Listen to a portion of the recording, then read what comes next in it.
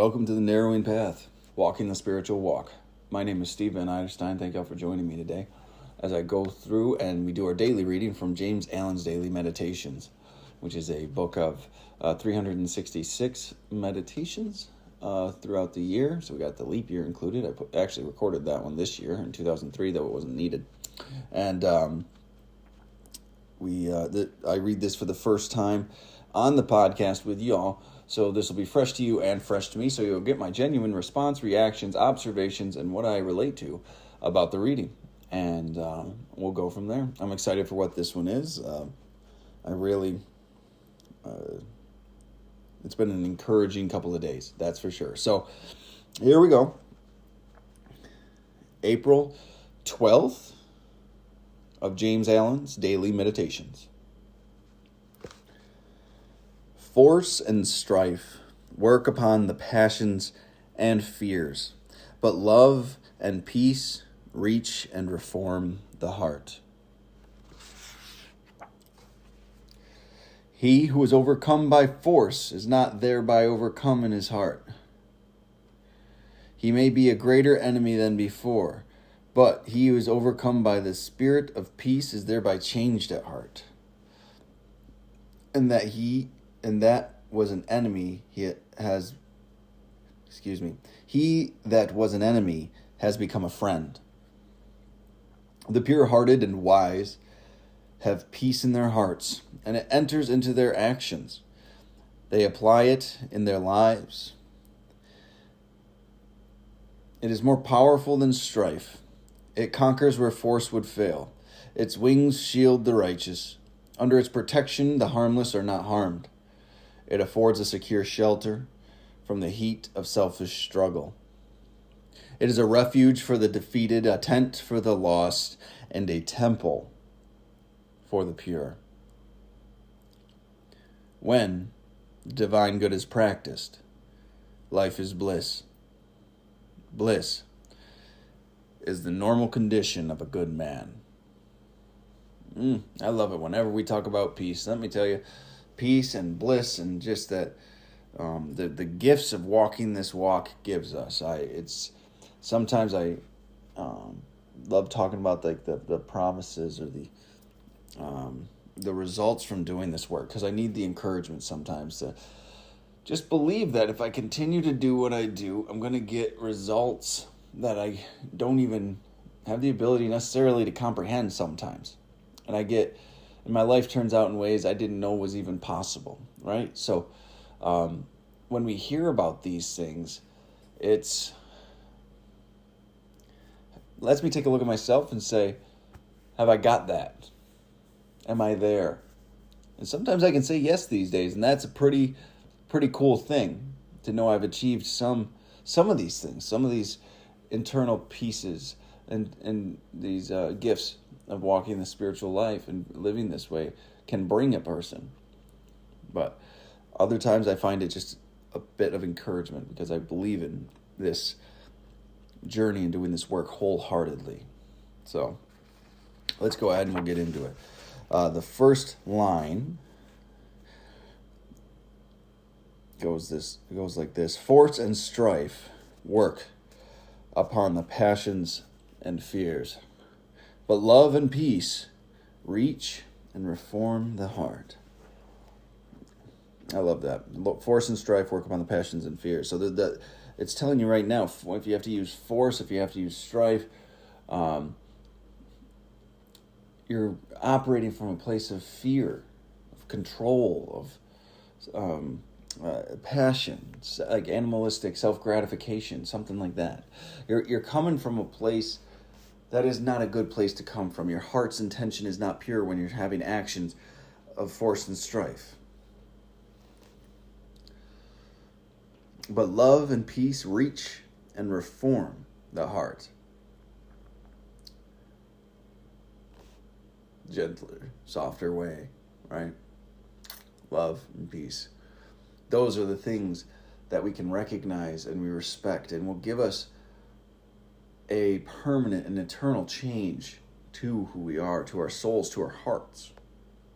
It's a reformation, he said, a reform the heart.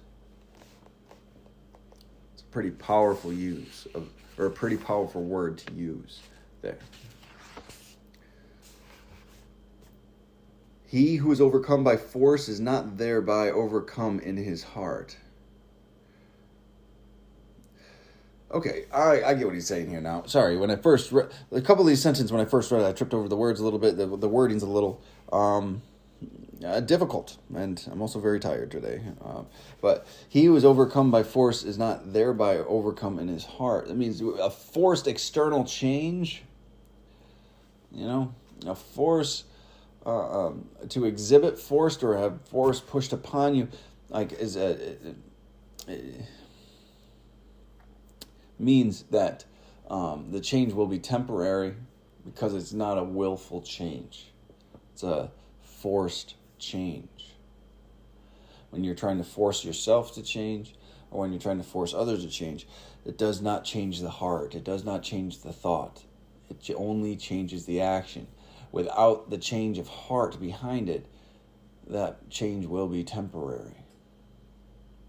And that is a huge piece of this puzzle that I didn't understand, right? It's the heart that has to change. And we need love and peace to do that.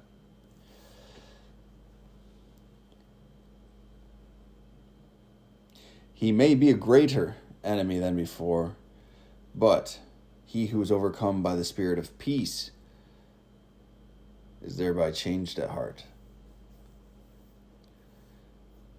And that's where the actual change I was just talking about comes from the heart, from the soul, from the spirit. And up from there is the intention in your heart. You hold the intention in your heart, and it feeds your thoughts and your mind.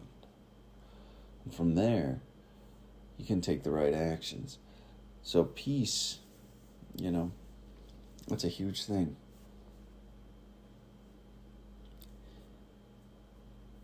When you can act in peace with others, there'll be a change. The interactions will be different. He that was an enemy has become a friend. Right? When we meet something with peace and love, it's almost disarming to other individuals. It's disarming to ourselves because we try to force ourselves into changes for so long, and when it doesn't work. But when we come to that behavior or thought pattern or whatever it might be with love and peace and understanding, suddenly with the ability to change it seems able to be grasped much easier than trying to force it. I forget that all the time, though.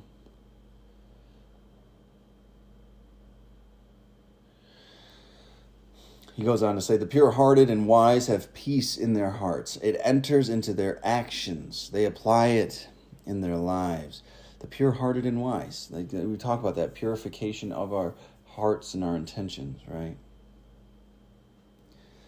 Pure-hearted and wise have peace in their hearts. We have peace in our, or peace drives our intention. Peace drives our thoughts. Love drives our intentions. Love drives our thoughts, right? So when we have that in our heart, it enters into our actions.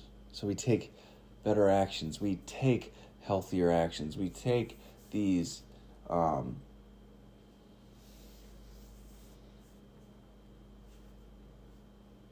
correct measures, not based on self, but based on love. They apply it in their lives, in all areas of our lives too, not just one area, not just one person, not just one relationship, not just one confrontation even, but all areas we apply it with love. It is more powerful than strife. It conquers where force would fail. Love and peace allow you to connect with somebody, because with force there's a defense, there's a guarding of oneself, right? There will always be that fight, that conflict. And a true connection can never be forged there. It always conquers. Its wings shield the righteous. That's we've talked about that a lot. Being that immovable force, that grounded peace. We are shielded. The righteous are shielded by the wings of peace. Things cannot bother us because we understand. We do that work we talked about recently. We dissect those things, and those we learn from those teachers, those lessons we have the hardest time to learn. And we get offered the opportunity to have some more peace in our life, and that's a beautiful thing. Under its protection, we're talking about peace and love here, the harmless are not harmed. It affords a secure shelter from the heat of selfish struggle. The harmless are not harmed. So you're protected. Again, it's talking about the shield, its wings shield the righteous. Under its protection, the harmless are not harmed. Peace. You can walk through life with confidence. You can walk through life in a way with a knowing that you cannot be moved. You cannot be shaken. Even though things might happen to you in the physical realm, physical world, your spirit can never be lost. That's a pretty amazing thing. It affords secure shelter in the heat of selfish struggle. It's a place to step out to. Some people use the meditation in that way, where they're only able to get to that peaceful spot because of their insane lives through meditation, and they'll just step out for a bit of a respite and a relief. When in reality, they're shorting themselves from the full effect of its freedom.